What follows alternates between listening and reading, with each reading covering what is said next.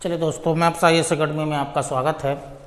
आज आज आपको वीडियो दिया जा रहा है वो मोदी जी के सलाहकार हैं, भारत सरकार के सलाहकार हैं, कानूनी सलाहकार हैं। तो आज जो आपको वीडियो दिया जा रहा है वो महान्यायवादी का है। महान्यायवादी यानी कि अटॉर्नी जनरल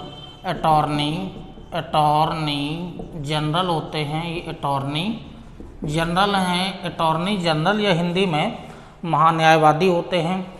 अब जो महान्यायवादी हैं ये जो होते हैं महान्यायवादी यानी कि भारत सरकार के जो होते हैं वो कानूनी सलाहकार होते हैं। कानूनी सलाह यानी कि कानूनी सलाहकार होते हैं। ये कानूनी सलाहकार हैं, भारत सरकार के कानूनी सलाहकार हैं, या न्यायालय में भारत सरकार के वकील हैं, या न्यायालय में भारत सरकार के यानी कि वकील हैं। तो भारत सरकार के कानूनी सलाहकार या न्यायालय में भारत सरकार के वकील हैं। तो जो भारत सरकार के वकील हैं इनको महान्यायवादी नाम दिया गया है। तो जो महान्यायवादी हैं वो यानी कि बहुपक्षीय निकाय है, यानी कि संरचना सदस्य 3 होते हैं। तो जो भारत सरकार के जो वकील हैं इनकी नियुक्ति होती है वो राष्ट्रपति के द्वारा इनकी नियुक्ति होती है। राष्ट्रपति के द्वारा इनकी नियुक्ति होती है। और राष्ट्रपति किस व्यक्ति को नियुक्त करेगा? राष्ट्रपति ऐसे व्यक्ति को नियुक्त करेगा जिसने 10 वर्ष हाईकोर्ट में वकालत की हो। 10 वर्ष हाईकोर्ट में वकालत की हो। जब 10 वर्ष हाईकोर्ट वकालत कर लेगा तो यह समान योग्यता रखेगा, यानी कि सर्वोच्च न्यायालय के जो न्यायाधीश होते हैं, न्यायाधीश के समान फिर ये योग्यता रखता है। तो राष्ट्रपति उस व्यक्ति को महान्यायवादी के पद पर नियुक्त करेगा जो 10 वर्ष तक किसी सर्वोच्च न्यायालय में अपनी यानी कि वकालत कर चुका हो। तो जो उसकी योग्यताएं होंगी वो सर्वोच्च न्यायालय के न्यायाधीश के समान होंगी। तो ऐसा व्यक्ति जिसकी योग्यता सर्वोच्च न्यायालय के न्यायाधीश के समान होती है, ऐसे व्यक्ति को राष्ट्रपति महान्यायवादी के पद पर नियुक्त करेगा। तो जो महान्यायवादी हैं और महान्यायवादी को सलाह यानी कि सहायता करने के लिए 2 यानी कि सॉलिसिटर जनरल बनाए जाते हैं, यानी कि अतिरिक्त महान्यायवादी बनाए जाते हैं। तो संख्या इनकी 2 है। सहायता के लिए अतिरिक्त महान्यायवादी होते हैं। तो जो महान्यायवादी का पद है वो एक संवैधानिक पद है।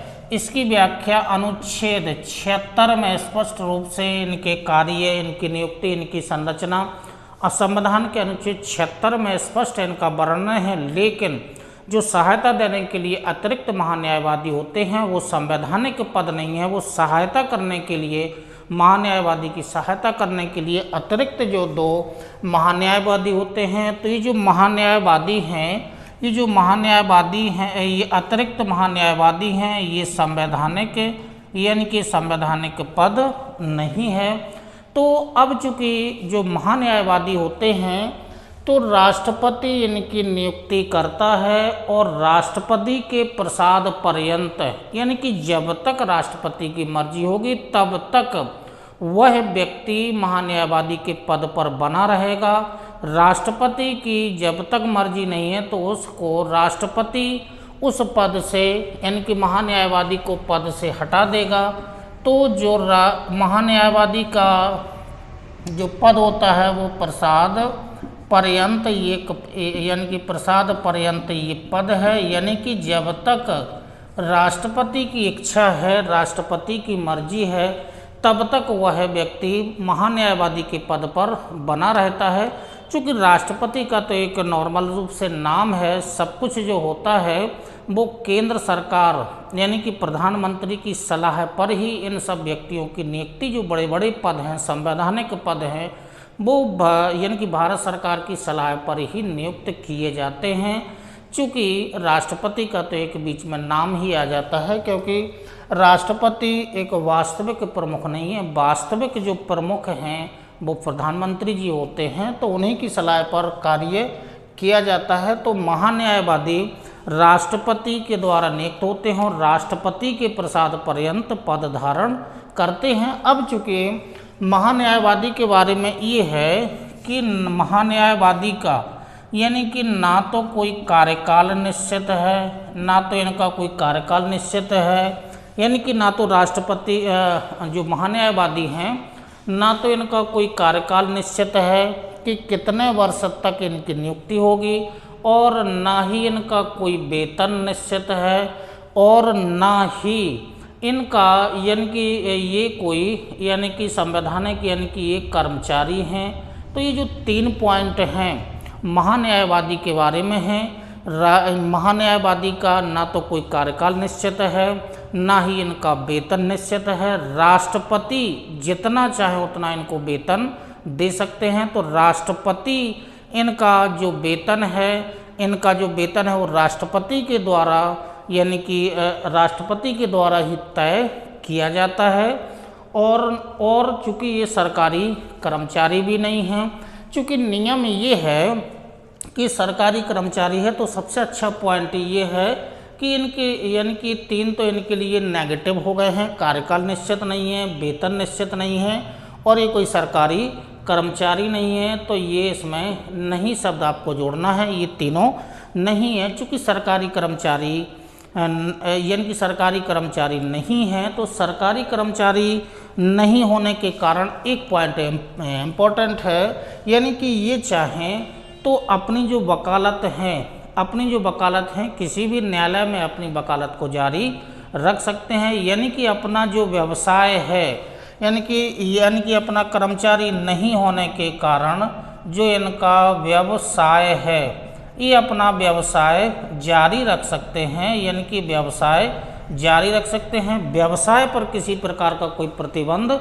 नहीं लगाया जाएगा, किसी भी न्यायालय में अपनी वकालत जारी रख सकते हैं। तो ये पॉइंट ज़्यादा इम्पोर्टेंट है कि अपना व्यवसाय जारी रख सकते हैं। तो कार्यकाल इनका निश्चित नहीं है, वेतन निश्चित नहीं है, कर्मचारी चूँकि सरकारी कर्मचारी नहीं हैं। लेकिन चूँकि प्रावधान ये है कि यदि यानी कि जो सरकार होती है, सरकार यदि त्यागपत्र दे रही है तो यह प्रथम व्यक्ति है जो अपना त्यागपत्र देता है। तो सरकार के त्यागपत्र देने पर प्रथम व्यक्ति है जो त्यागपत्र देता है। तो सरकार के त्यागपत्र देने के बाद प्रथम व्यक्ति है जो त्यागपत्र देता है, और वो व्यक्ति कौन है? वो व्यक्ति महान्यायवादी है। और जो महान्यायवादी होता है, महान्यायवादी को मेंबर ऑफ पार्लियामेंट यानी कि मेंबर ऑफ पार्लियामेंट जो पीएम होते हैं, मेंबर ऑफ पार्लियामेंट होते हैं, जो संसद के सदस्य होते हैं, संसद के जितने सदस्य के जो भी विशेषाधिकार होते हैं, सभी विशेषाधिकार यानी कि विशेषाधिकार इनको प्राप्त हैं। जो मेंबर ऑफ पार्लियामेंट को विशेषाधिकार हैं वो पूरे के पूरे विशेषाधिकार महान्यायवादी को प्राप्त हैं। तो ये महान्यायवादी के बारे में जो जानकारी नियुक्ति से संबंधित या कार्य से संबंधित। अब कार्य से संबंधित जो अटॉर्नी जनरल के जो मुख्य कार्य हैं, चूँकि पहले आपको जानकारी दे चुके हैं कि भारत सरकार का कानूनी सलाहकार है। यदि मोदी जी का कार्यकाल इतना अच्छा चल रहा है तो ऐसे जो संवैधानिक पदाधिकारी हैं इनका कुछ ना कुछ योगदान यानी कि सरकार को चलाने में होगा। तो कानूनी सलाहकार तो हैं ही और न्यायालय में ये वकील हैं। अब इनके कार्यकाल को देख लेते हैं। तो जो अटॉर्नी जनरल हैं इनके कार्य को देखिएगा। कानूनी मामलों में भारत सरकार को सलाह देना, कानूनी मामलों में भारत सरकार को सलाह देना। दूसरा पॉइंट है संविधान द्वारा प्रदत्त, या तो संविधान द्वारा प्रदत्त या राष्ट्रपति द्वारा प्रदत्त, दोनों बात होंगी। राष्ट्रपति द्वारा प्रदत्त या संविधान द्वारा प्रदत्त, इनको जो भी कार्य दिए जाएंगे उनका निर्वहन करना है। इसके अलावा ये है सर्वोच्च न्यायालय में भारत सरकार का यानी कि भारत सरकार की तरफ से पक्ष रखता है और सभी न्यायालय में उसे सुनवाई का अधिकार है। सदन की कार्यवाही में भाग लेता है, प्रश्न पूछता है और उत्तर देता है। और यहाँ पॉइंट ज़्यादा इम्पोर्टेंट है, एकमात्र व्यक्ति ऐसा है यानी कि महान्यायवादी एकमात्र ऐसा व्यक्ति है जो सदन की कार्यवाही में भाग लेता है, और जबकि यह मेंबर ऑफ पार्लियामेंट ना होने के बावजूद भी सदन की कार्रवाई में भाग लेता है, प्रश्न पूछता है, उत्तर देता है। और जब सदन की कार्रवाई में भाग लेता है तो यानी कि उस समय यदि यानी कि सदन में यदि गतिरोध उत्पन्न है या किसी प्रकार का प्रस्ताव पारित हुआ है तो उस समय यदि मतदान की स्थिति बनती है तो मतदान में ये भाग नहीं लेता है। कारण ये है मतदान में भाग नहीं लेता है क्योंकि यह मेंबर ऑफ पार्लियामेंट नहीं है, इस कारण से मतदान में भाग नहीं लेता है।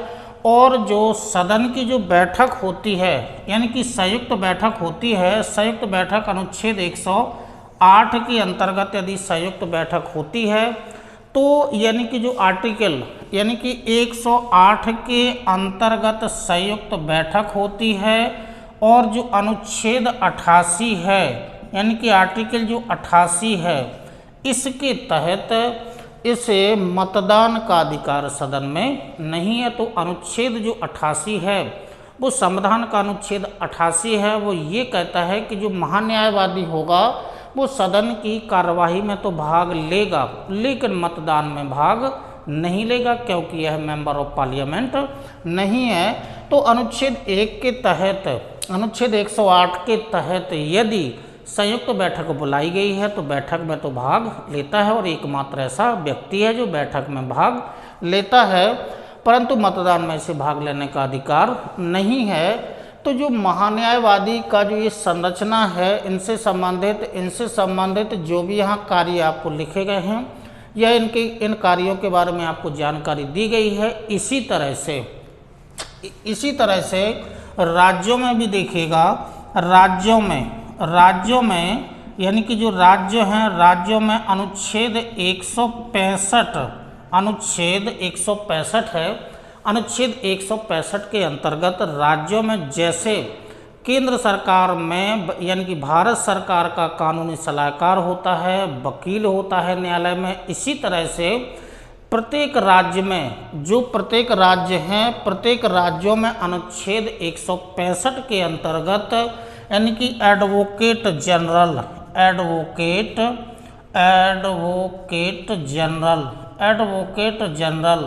यानी कि जो महाधिवक्ता होते हैं, हिंदी में महाधिवक्ता होते हैं, वो राज्यों में जैसे केंद्र सरकार में महान्यायवादी हैं इसी तरह से प्रत्येक राज्यों में अनुच्छेद 165 के तहत एडवोकेट जनरल होते हैं, महाधिवक्ता होते हैं। तो यहाँ पर जो राष्ट्रपति का जो दायित्व है महान्यायवादी को चुनने के लिए, इसी तरह से प्रत्येक राज्य में यानी कि जो गवर्नर होंगे यानी कि जो राज्यपाल होंगे, राज्यपाल को इनको नियुक्त करने का अधिकार है, पद से हटाने का अधिकार है, या जो राज्यपाल द्वारा कृत्य यानी कि कार्य इनको सौंपे गए होंगे। यानी कि जो यहाँ कार्य केंद्र सरकार में महान्यायवादी के दिख रहे हैं वैसे ही प्रत्येक राज्य में एडवोकेट जनरल के जस्ट वैसे ही कार्य होते हैं। संरचना जो भी है सब पूरा का पूरा महान्यायवादी के समान है, केवल और केवल यहाँ पर अनुच्छेद 165 है, यहाँ अनुच्छेद 76 है केवल, और यहाँ अनुच्छेद 165 है, यहाँ राष्ट्रपति हैं और यहाँ राज्यपाल हैं। बाकी का पूरा जो कार्य केंद्र सरकार में हैं इनके कार्य वही राज्यों में एडवोकेट जनरल के हो जाएंगे। तो राज्यपाल द्वारा एडवोकेट जनरल की नियुक्ति होगी। अब इसी तरह से चूँकि जो कुछ डाटा हैं यानी कि जो भारत की जो प्रथम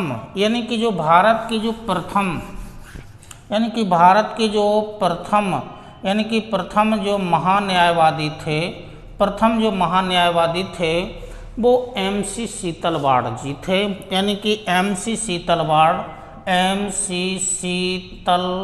शीतलवाड़ ये भारत के प्रथम महान्यायवादी थे और ऐसे महान्यायवादी थे जिनका अब तक जो भी महान्यायवादी चुने गए हैं उनमें सबसे लंबा कार्यकाल MC सीतलवाड़ जी का था। यानी कि 1950 में इनकी नियुक्ति हुई थी और 1963 तक ये अपने पद पर यानी कि बने रहे थे। तो सबसे लंबे कार्यकाल वाले जो महान्यायवादी हैं, जो प्रथम महान्यायवादी थे, वही सबसे लंबे कार्यकाल वाले महान्यायवादी हैं। इसके अलावा जो सबसे कम कार्यकाल यानी कि प्रथम जो महान्यायवादी हैं इनका कार्यकाल भी क्या था, यानी कि कार्यकाल सबसे लंबा था। और सबसे कम यानी कि जो सबसे कम जो कार्यकाल था वो एक महान्यायवादी हुए थे जिनका नाम था सौली सोराब जी, यानी कि सौली सोराब जी। तो जो सौली सोराब जी थे इनका कार्यकाल केवल एक ही वर्ष का कार्यकाल था। 1989 में ये पद पर आसीन हुए थे और 90 में इनको पद से मुक्त कर दिया गया था। तो लगभग एक वर्ष का कार्यकाल था। तो ऐसे महान्यायवादी जिनका कार्यकाल सबसे कम था, बने थे दो बार महान्यायवादी बनाए गए थे। तो पहली बार जो महान्यायवादी बने थे वो कार्यकाल इनका सबसे कम था। वर्तमान में जो महान्यायवादी हैं वो के यानी कि जो वर्तमान में है महान्यायवादी वो के वेणुगोपाल